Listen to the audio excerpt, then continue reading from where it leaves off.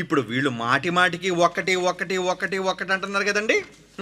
మరి ఒకటి ఒకటి అంటే ఇక్కడ మీరు ఆలోచించవలసిన ఈ మాటను చదువు ముగించుకుందాం. ఇందాక మీరు చదివాను కదా, నేను తండ్రి ఒకటై ఉన్నామని. ఓకే, మార్కు సువార్త 10:7 చూడండి. మార్కు సువార్త 10:7 ఈ హేతువు చేత పురుషుడు తన తల్లిని తండ్రిని విరిచి తన భార్యను హత్తుకొనును, వారిద్దరూ ఏక శరీరముగా. జాగ్రత్తగా వినండి, ఈ పాయింట్ చెప్పి క్లోజ్ చేస్తాను. వారిద్దరూ ఇక ఇద్దరుగా నుండక ఏక శరీరం. అంటే ఇప్పుడు భార్య భర్తలుగా మీరు అందరూ ఉన్నారు కదండి. మీరు ఏక శరీరంగా ఉన్నారా, ఇద్దరుగా ఉన్నారా? చెప్పండి ఇప్పుడు.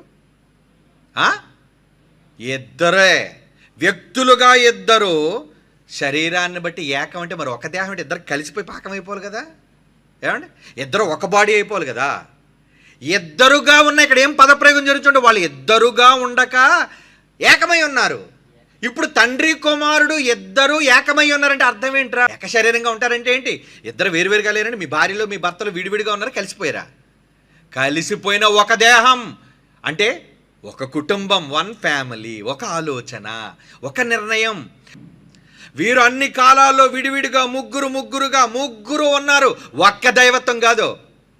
తండ్రి అనే దైవం, కుమారుడనే దైవం, పరిశుద్ధాత్మ అనే దైవం.